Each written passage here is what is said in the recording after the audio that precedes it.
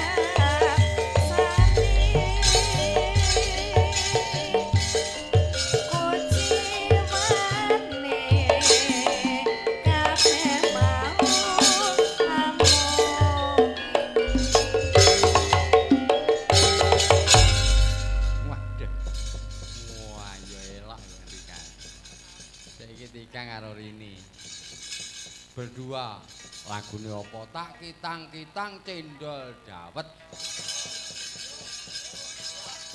Oh, cendol dawet. Ayo. wong loro. Iya. Cendol dawet ya, anggere metu cendol dawet ngono ki wis. Dasare awan-awan panas. Panus to, heeh, panus ae. Ngrasake cendol dawet wah enake. Yo, cendol dawet, Gong. Cendol dawet, Cacos.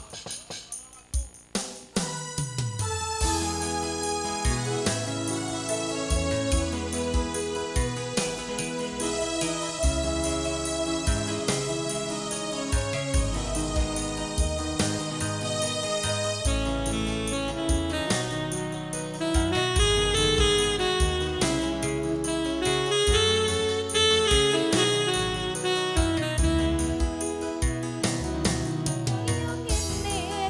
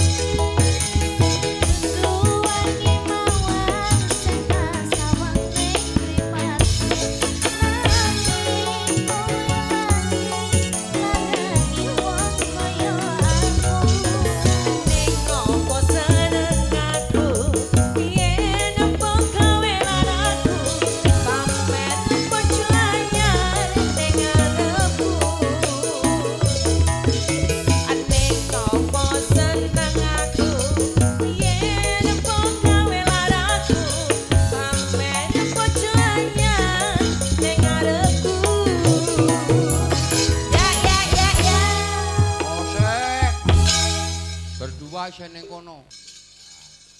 Aku ora metu suket teki ora aku. Nah, elak lah. Suket teki. Ya. Duh. Nah, iki wis saya kemringet saya.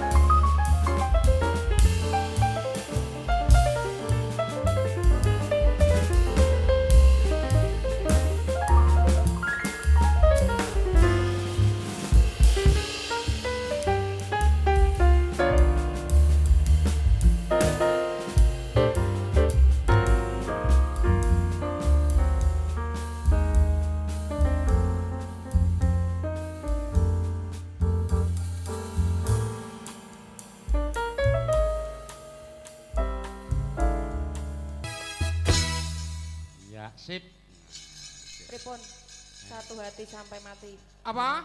Satu hati sampai mati. Oh ya. Angkat tangan nek wi. Sing angkat tangan sapa? Sing angkat tangan kae. Oh ngorjene, oh ya. Ya ora apa ganti liyane. Memori.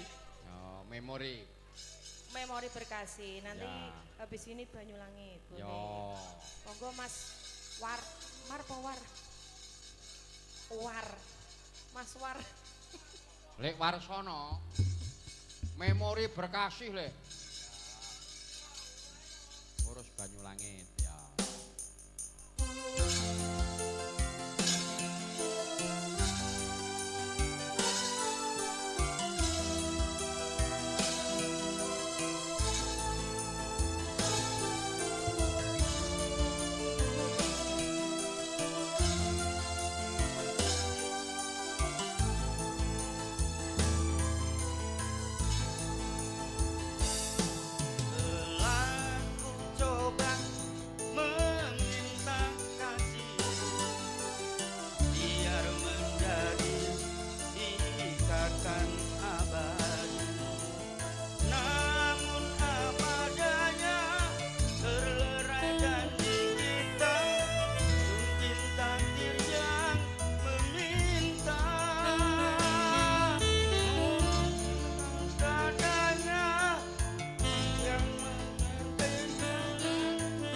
mungkin takdir yang meminta.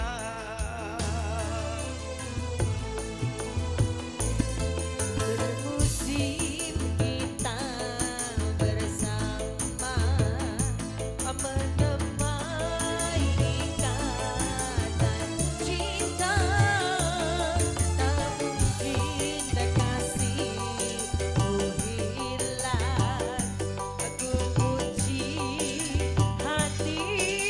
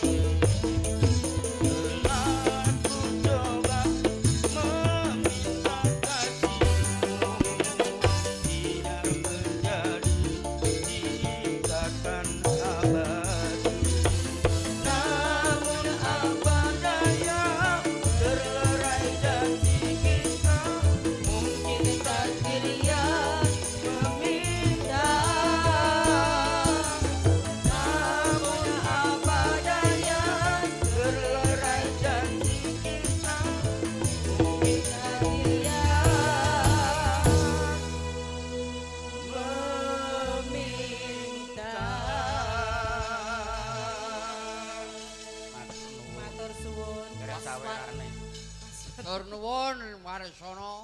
Ya, wah. Nek dandu suarane ya kaya Omahe Rama lho. Apa Warsono? Banyu langit. Sopo? Tika. Tika sopo? Tika bokonge gedhe. Iso nyidat nyidut. Bokonge sopo? Tika.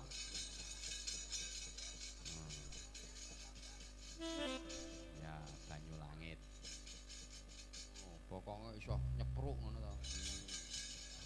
Lah niki wae dengan Mas Bimo, Pak. Apa? Dengan Mas Bimo. Oh, Bimo beto kowe to. Nggih, ho. Apa wani? Mas Bimo nakal lho, Pak. Ah, ya, iya. Wah, nakal. Kayak kaya wani-wani ya. Lagi tak jak mboten purun kok, Pak. Ragu mrawani kowe cengengah-cengengis tok kok. Kowe anak buahe lek Nardi. Apa? Bimo. Ya. Nek kalih Pak kula mboten, kula ampun. Wah, Pak iki patawara. Padha karo anu Nardi. Yo banyu langit ya.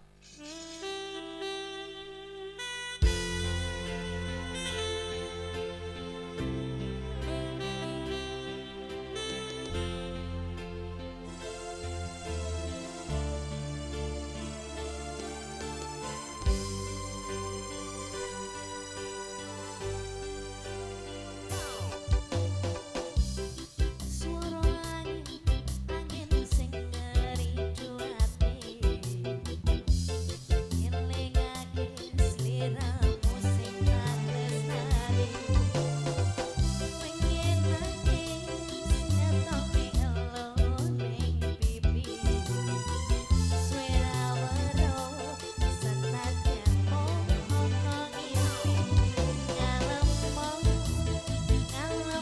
ning aku tak merono rasa kaya ning atiku ngalem ning aku ben radom kesiramu kadang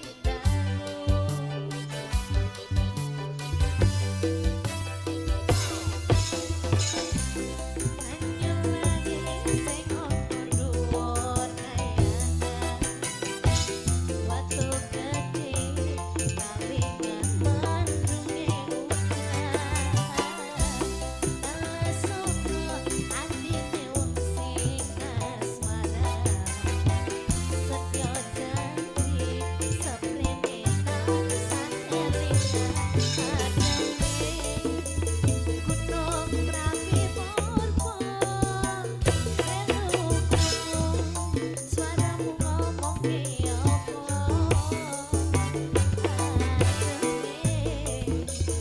Gunung berapi purba, sing ning Wonosari,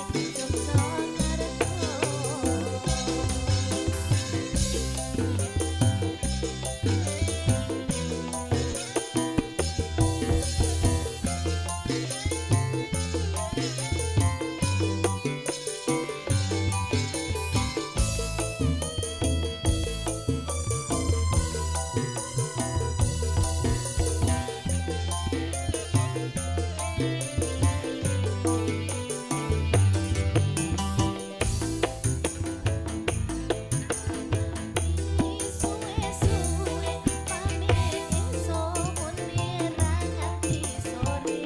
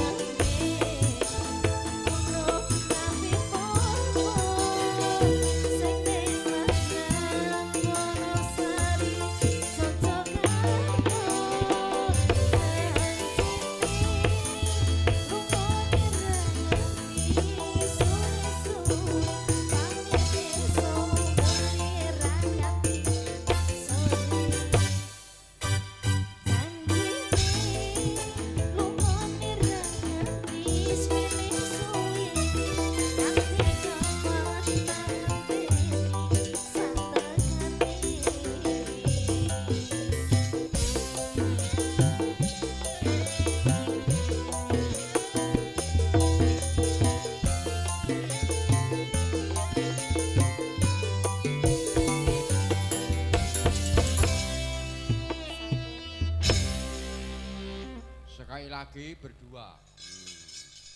Ya, Tika karo Rini berdua. Napa, Pak? Ya. Terserah lagune apa kono, kencana karo sing ngorjen.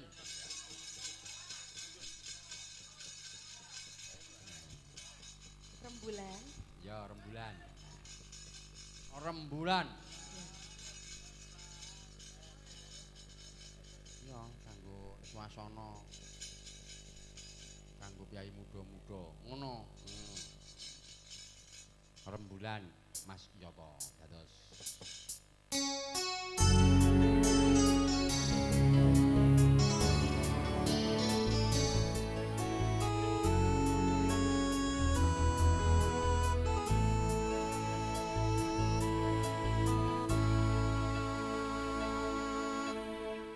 Bulan memang saatnya seni indah paras manis asam guyumu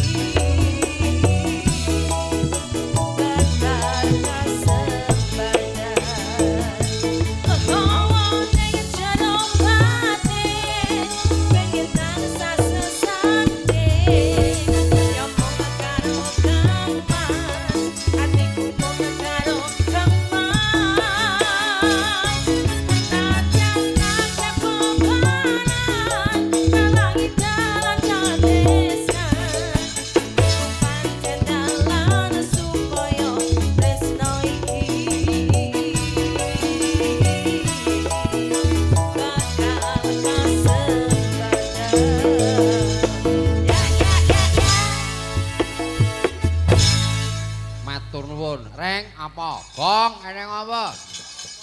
Ayo. Nuruske lakon mesakno kakekne Semar kepecat Sukma Tinggaraga. Aku karo kowe kudu nunggu.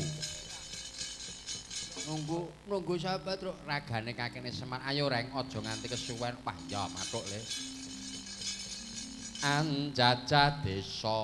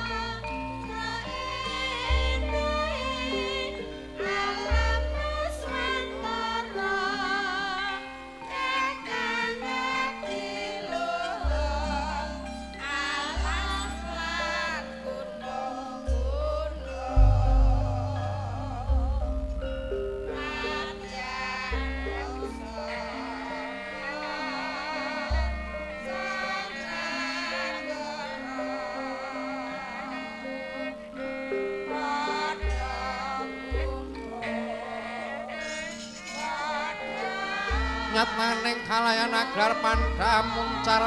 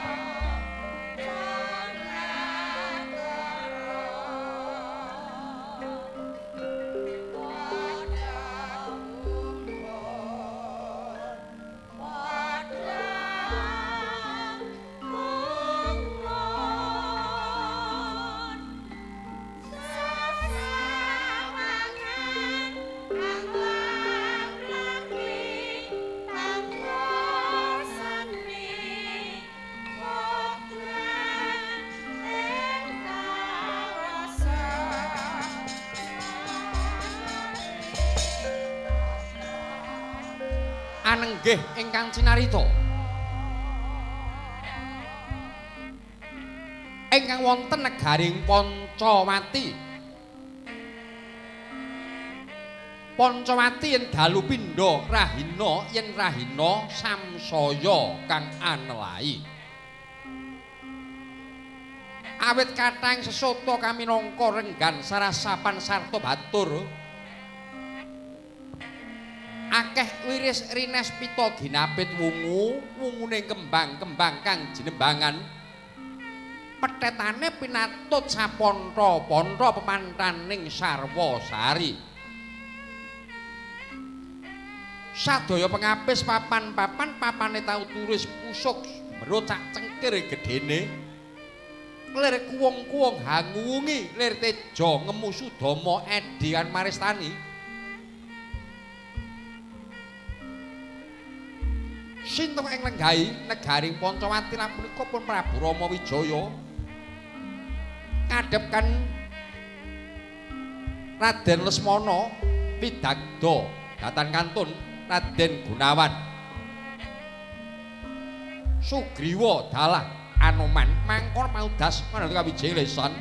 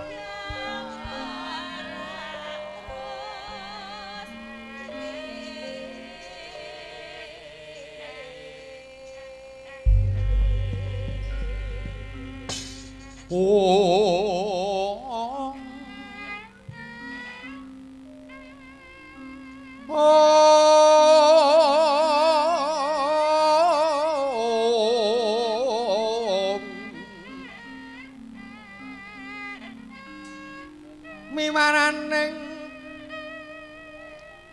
manana kang marit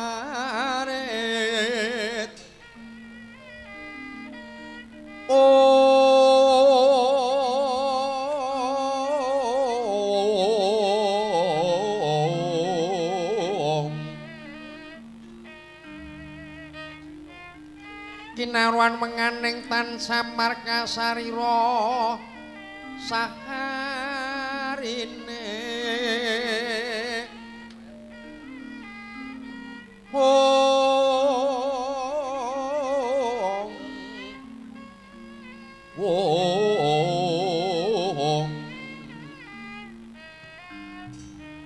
Roh rahayuning luyut yetnana rakawraning westi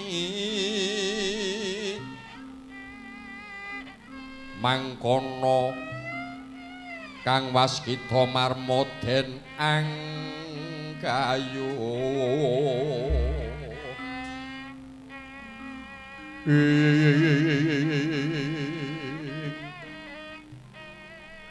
wahyu hayuning kasidan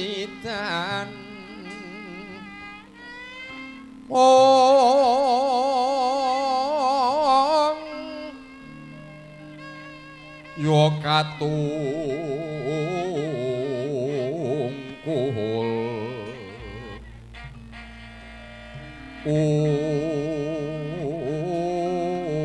ulah kamulyaning urip tanpu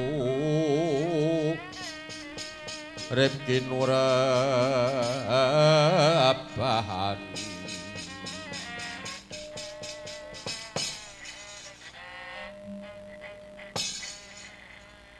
Anoman kula wonten dawuh sinuwun padha wentukar harjan Biswan sira ana ngarsaning Sun Anoman. Iye. Raja Biswan kula mboten langkung kula ngaturaken supaya pabekti mugi kunjuk. Ya. Mayangkara dak tampa. Kepiye katerangane nggon jeneng sira ingsun utus marang Karang Kadempel mara gage enggal matur kelawan jeneng Sun Anoman. Kaono inggih sinuwun. Walih-walih menapa kula kepareng maturan paduka sinuwun. Ya, mayangkara enggal matura. Bilih wedal menika Kyai Lurah Semar nyuwun bebana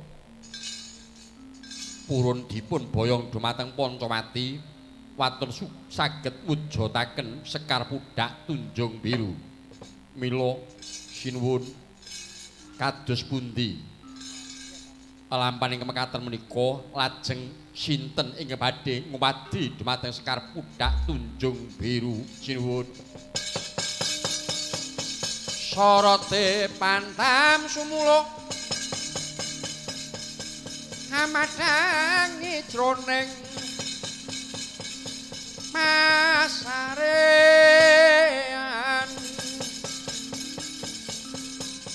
ngenani wadana remu-remu kalingan angrangan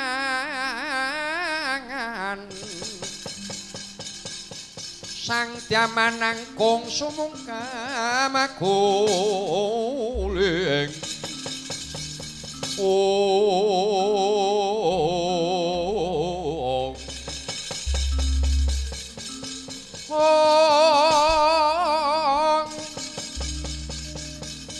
sang kakung rarap papo eman ulun tada runte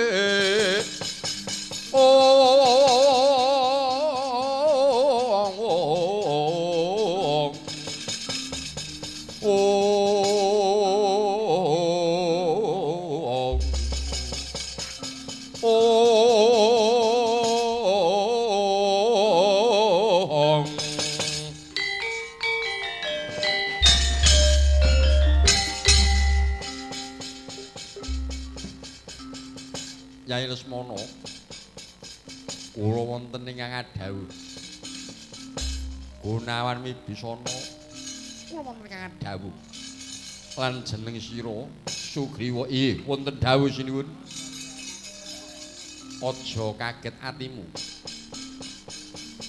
jroning dina iki Kakang Semar nyuwun Sekar Pudhak Tunjung Biru mulat saka kowe Lesmana jeneng sira ingsun utus ngupadya Sekar Pudhak Tunjung Biru. Aja bali manegara Pancawati yen durung entuk gawe. Lesmana kaono inggih. Maring parang paduka mekaten daya-daya kula minta pamit badhe ngupadi dumateng Sekar Pudhak Tunjung Biru. Ya Lesmana sing metong ati-ati. Saben telung pecak kowe ndonga ana ngersane sing gawe urip apa sediamu bakal kakon Lesmana.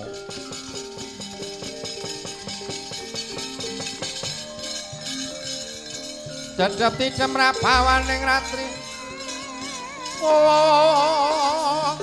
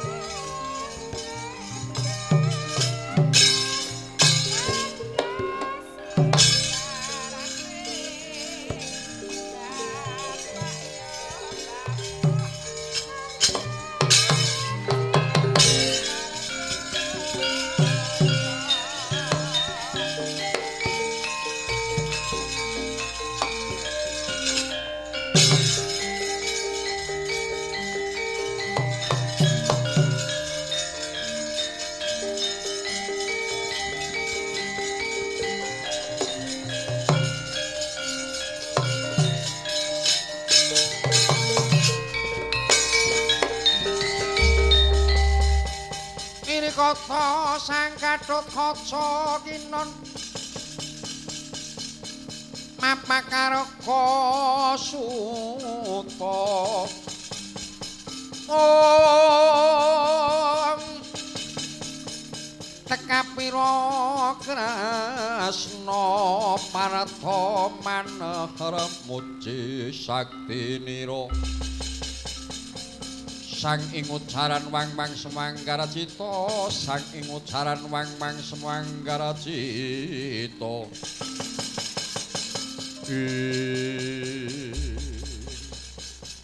ngaturaken suwe pabekti Kurawa ya nggih Gatotkaca ingsun tampa enggah matura dene jeneng sira ingsun utus marang Karang Kadempel keterangane kepiye nggih Gatotkaca inggih pareng matur dumateng Wa Prabu Punta Dalawa Prabu Sri Bathara Kresna Dalah Kanjeng Rama Werkudara bilih wedha menika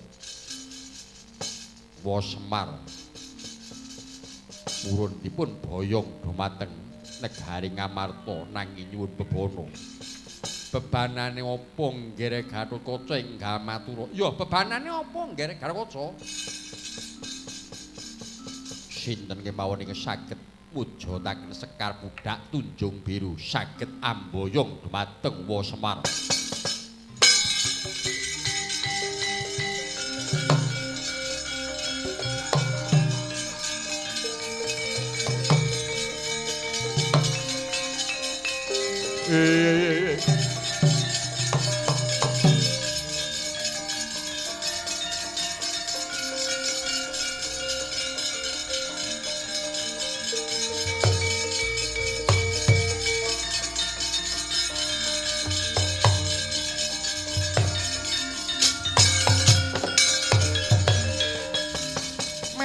Semubang Wangaruna kadinetrane nganggo rapuk wong sabdaning kukila rengkane kara saged lir kene donganing kung lirmu musing piniponca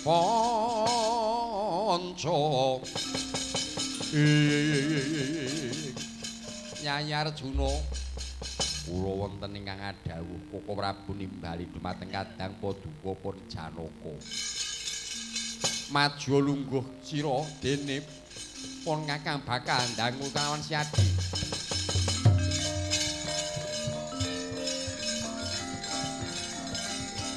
manguwuh paksi manyura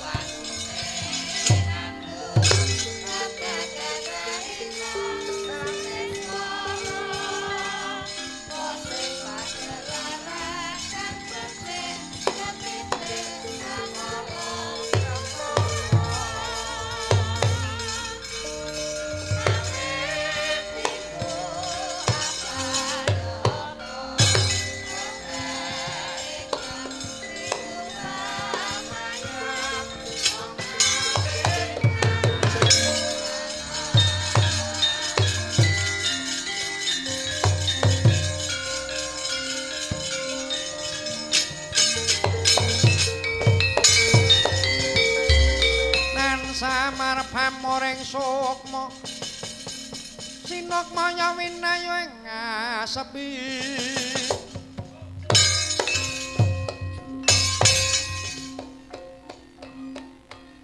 sinimpen talenging kalbu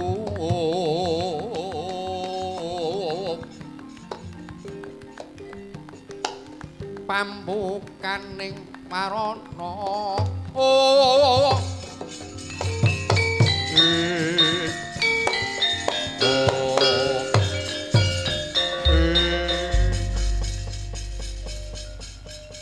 Nyai Arjuna kula wonten ing adhawuh Prabu jeneng sira smireng dhewe yen to Kakang Semar ora kersa diboyong manegara Ngamarta yen ora bisa mujudake Sekar Pudhak Tunjung Biru mulat kang saka kuwi Kyai Arjuna dene Kyai Arjuna ingsun utus yen to mangsa kala iki Sekar Pudhak Tunjung Biru tak pasrahke marang jeneng sira ana ngendi papan dununge Sekar Pudhak Tunjung Biru aja bali manegara Ngamarta yen durung bisa kasembadan bisa mujudake Sekar Pudhak Tunjung Biru Kyai Arjuna inggih menika sapa duka mekaten daya-daya kula minta pamit lan nyuwun tambahing pangestu mugi saged kasembadan menapa dados sedyane manah kula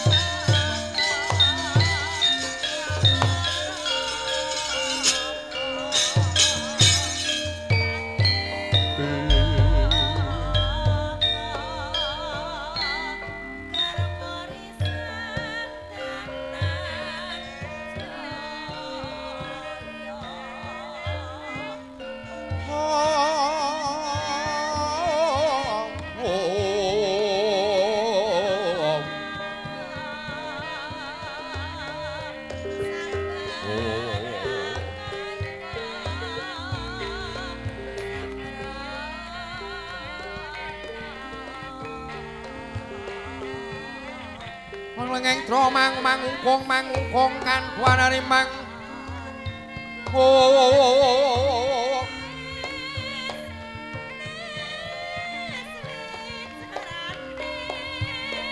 tinoner kekonang oh mlelena tanpa kanin yen tan tulusa oh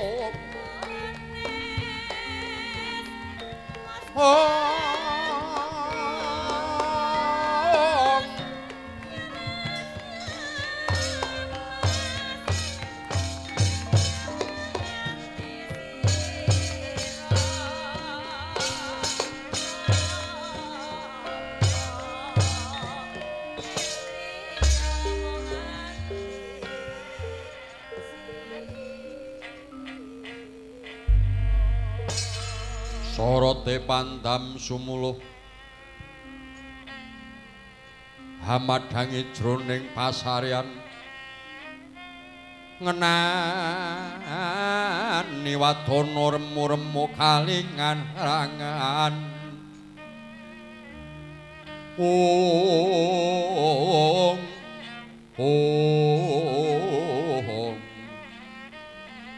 sang dyah manahkung sumungkem guling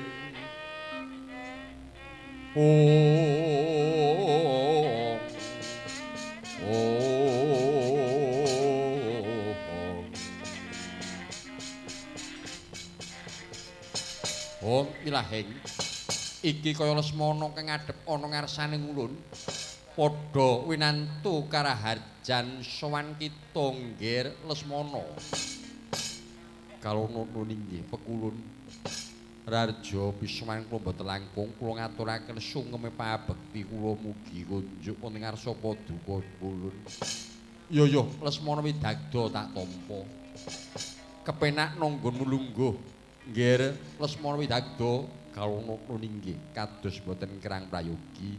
Anggen kula ngabiyantara sowan wonten ngarsa paduka pekulun. Ana parigawe apa kita ngadhep ana ngarsane ulun?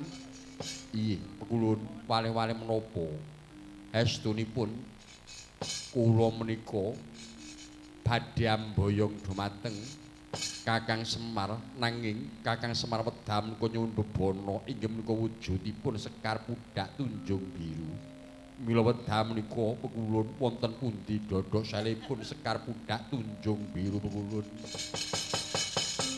Kakyatri sang kapirangu rinangkul kinempit kempit rosang reknaning pawana yogi tukang malang ati yogi tukang nesing tias yogi tukang kudu kering praptane Raden Arjuna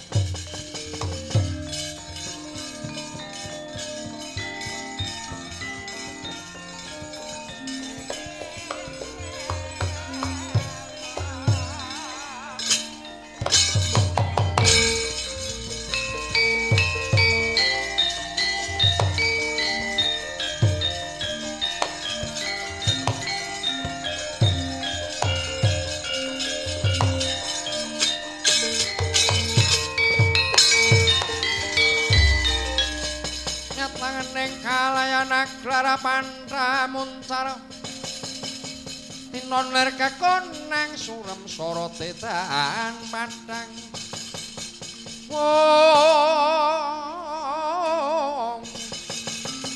kasor lan pacaring ponaning kekono dasare mangsa katiga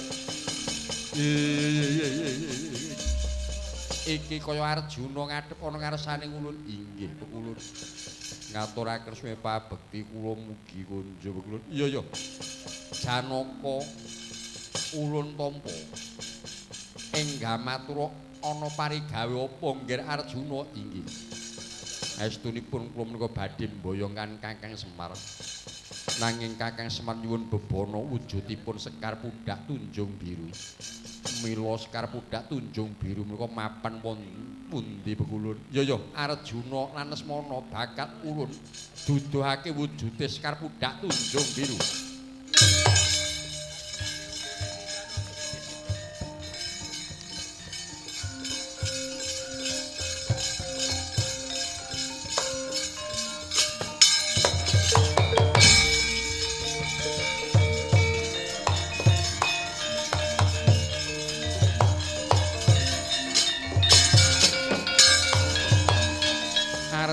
Janaka Kanesmana wonten ingkang adhawuh Pekulun inggih Pekulun wonten ingkang adhawuh. Iki wujude Sekar Pudhak Tunjung Biru. Mula amet kang saka kuwi inggih Janaka Kanesmana. Sekar Pudhak Tunjung Biru iki bakal ulun balangake. Sapa sing bisa nyekel Sekar Pudhak Tunjung Biru ya ing kono bakal bisa mboyong kelawan Semar.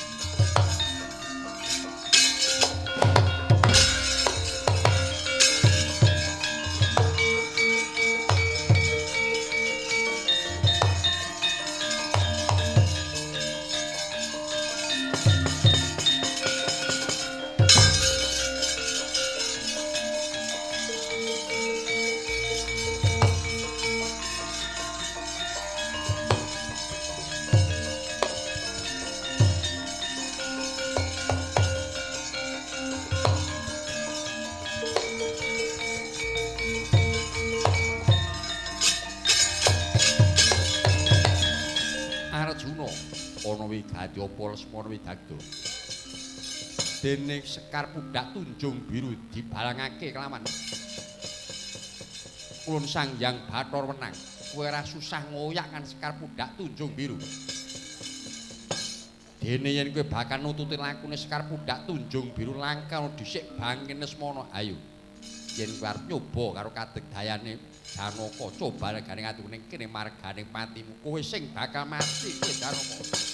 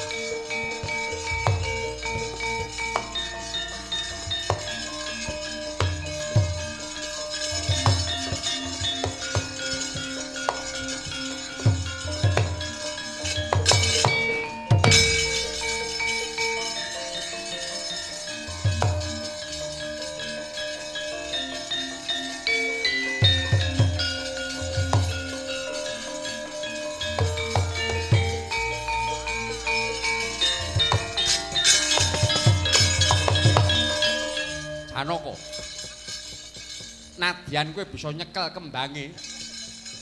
Ya wujude kembang pudak tunjung biru.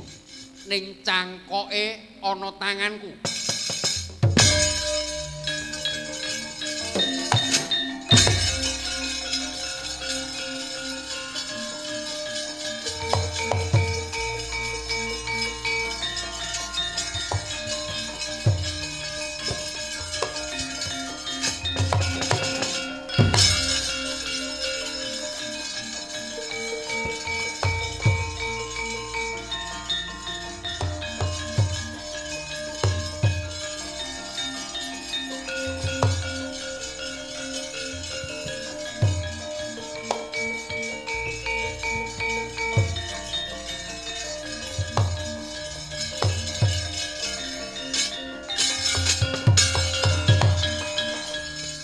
Nyai Lesmana wonten ingkang dawuh. Iki kok cangkoke kembang? Iya. Kepiye cangkoke kembang? Lah kembange ana ngendi? Sekar pudak tunjung biru dipun rebat kalian pun Arjuna nanging cangkoke wonten tangan kula. Wela kepiye Lesmana? Apa Kakang Semar bisa nampa kahanan iki? Monggo dipun aturaken kemawon dumateng Kakang Semar yen mangkun ayo tedhak marang Karang Kadempul.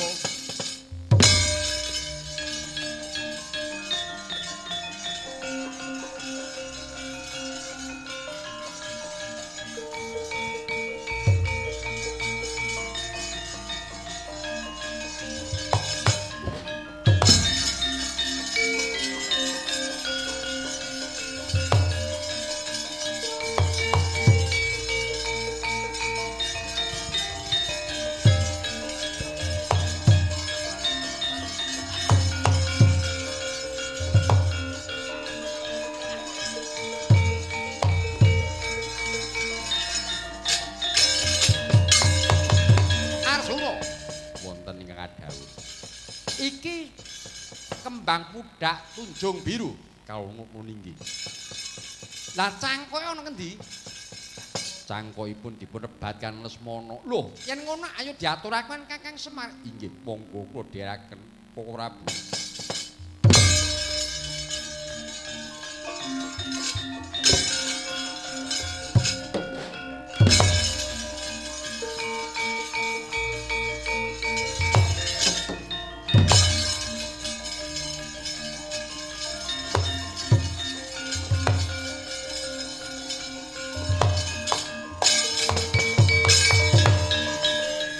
Ngintri jagat Sang Hyang Ismaya ngertos bilih kembang pudak tunjung biru samangke dipun cepeng kalian Raden Janaka dah Raden Lesmana cangkokipun ngertos bilih Lesmana Raden Janaka sami pikantuk cangkoking kembang kan kembang pudak tunjung biru samangke pun Ismaya wangsul dhumateng badanipun Kyai Badranaya.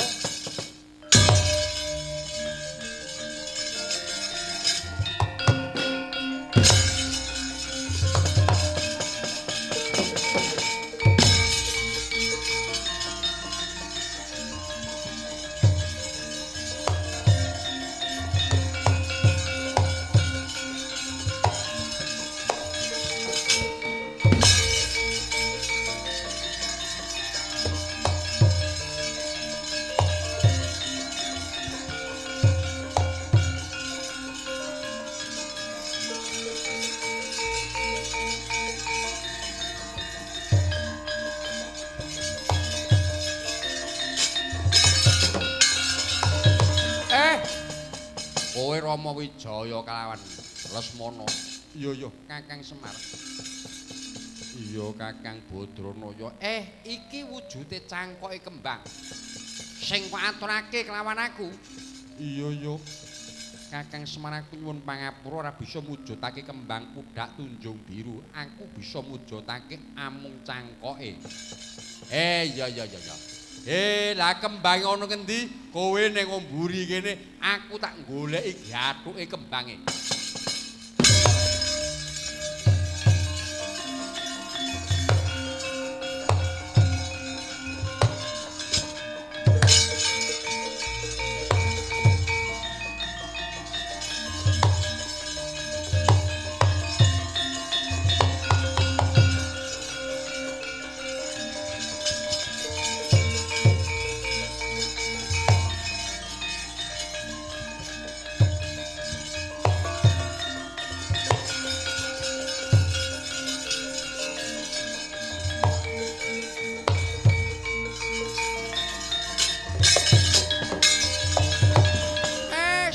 Ndarawati Ndara Janaka. Ya Kakang Semar aku.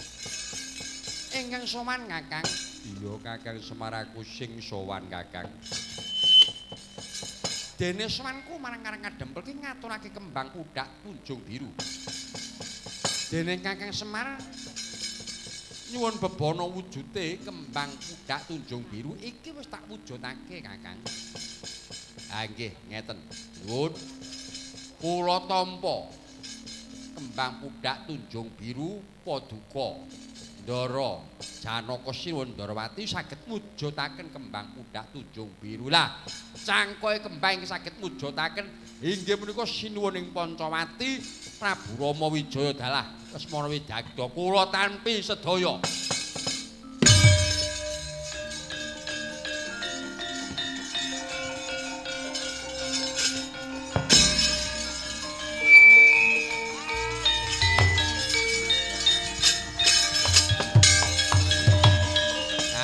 Niki ngeten. Sira Prabu Rama Wijaya ana wigati apa Kakang Semar? Ndara Lesmana Widagda. Ya Kakang Semar ana wigati apa? Sampeyan kula perintah kudu manut kalian Semar. Niki sampun dumugi titi wancine panjenengan nggih sinuwun. Sampeyan kedah nitis sinuwun Ndarawati. Lah, Ndara Lesmana Widagda nitis Ndara Arjuna. Merga menapa Wisnu sampun boten wonten panggenan paduka sinuwun ing Pancawati nanging mapan wonten sinuwun ing Ndarawati. Iya aku manut kersamu Kakang.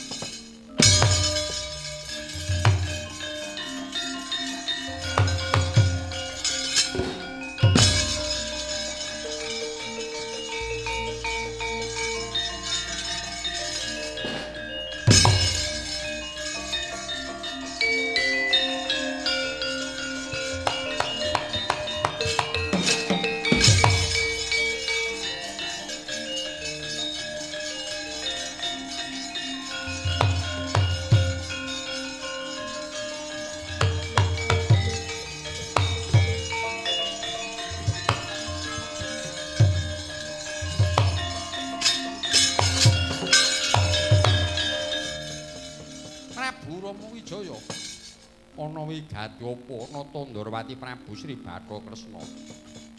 Dene jeneng sira tak semireng dhewe apa dawuhe Kakang Semar? Ya.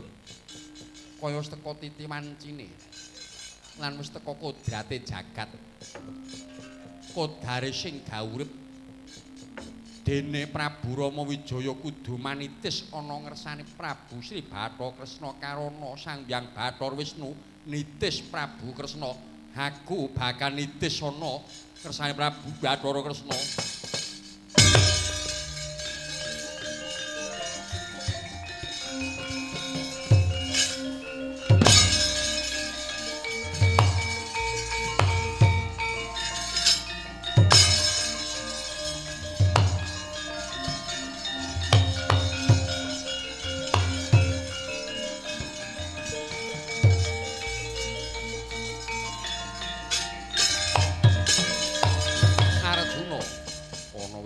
Apa Lesmana Widagda.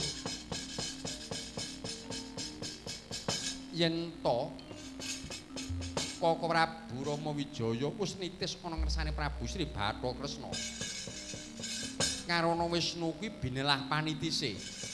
Rikala semana nitis ana ngersane Prabu Rama Wijaya kelawan Lesmana Widagda rehning samengko slumengser nata Ndarawati Prabu Sri Bathara Kresna dalah Janaka nitis Raden Janaka ya Prabu Kresna kuwi padha binelah panitise mulat kang saka kuwi aku bakal nitis ana ngersane Raden Arjuna yen arep mapan-mapana.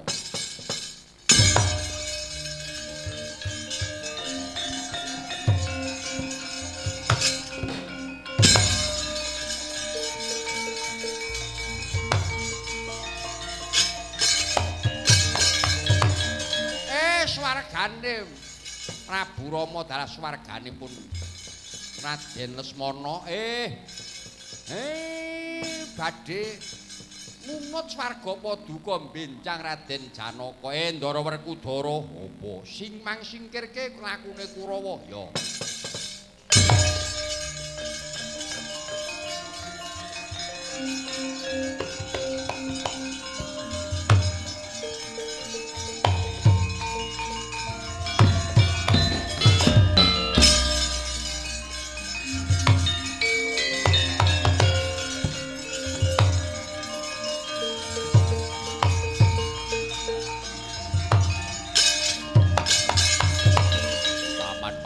Wonten dawuh eling-eling Kurawa nggone wong bodho Kurawa ki nggone wong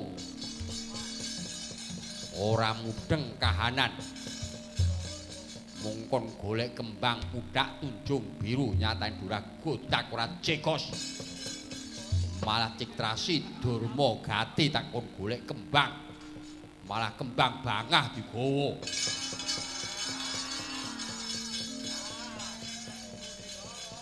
Nggih ngoten niku kari kumpulanipun. Rombongan nek kaya Durma Gati Ciktrasi niku kali rombongan mburi niku padha lho. Mongkon golek kembang kok kembang bangah. Wis ora mudeng babar blas kok. Kembang pudak tunjung biru kok malah kembang bangah. Nah, ilahe bola bali nek Kurawa iki ora teka. Sing ngajani sapa? Ing atase Durma Gati karo Ciktrasi kok malah nggawa kembang bangah iki sing ngajani sapa? Nardi ngene ta. Ha niku ngono ora cetha. Kuwi kepiye, Paman? Pun mangsul kemawon dumateng negari Ngastina kewirangan ora urung, Den.